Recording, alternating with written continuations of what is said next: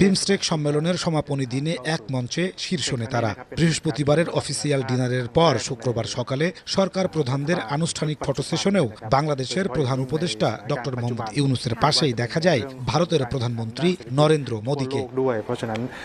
সম্মেলনের সমাপনী দিনের বক্তব্যে সব চ্যালেঞ্জ মোকাবেলা করে সম্ভাবনাময় দক্ষিণ এশিয়ার স্বপ্ন দেখান ডক্টর মোহাম্মদ ইউনূস। বলেন, এবারের সম্মেলনে সামুদ্রিক পরিবহন সহযোগিতা স্মারকে স্বাক্ষর করা হয়েছে, যা ভূমিবেষ্টিত রাষ্ট্র ও ভারতের উত্তর পূর্বাঞ্চলের সঙ্গে যোগাযোগ বৃদ্ধিতে গুরুত্বপূর্ণ ভূমিকা পালন করবে।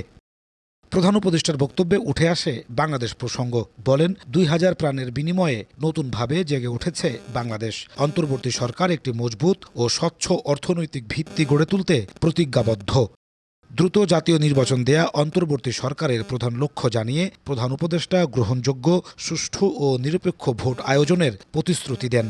রোহিঙ্গা সংকট সমাধানে বিমস্টেককে আরও কার্যকর ভূমিকা পালনের আহ্বান জানিয়ে ডক্টর ইউনূস বলেন, সংকটের সমাধান না হলে পুরো অঞ্চলে বাড়বে হুমকি।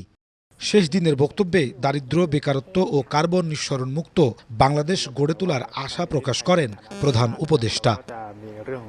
এবারের সম্মেলনের মধ্য দিয়ে আগামী ২ বছরের জন্য বিমস্টেকের সভাপতির দায়িত্ব পেল বাংলাদেশ, যার মধ্য দিয়ে আন্তর্জাতিক পরিমণ্ডলে নতুন করে পথ চলা শুরু হলো বাংলাদেশের। ডক্টর মোহাম্মদ ইউনূসের নেতৃত্বে এগিয়ে যাবে বিমস্টেক।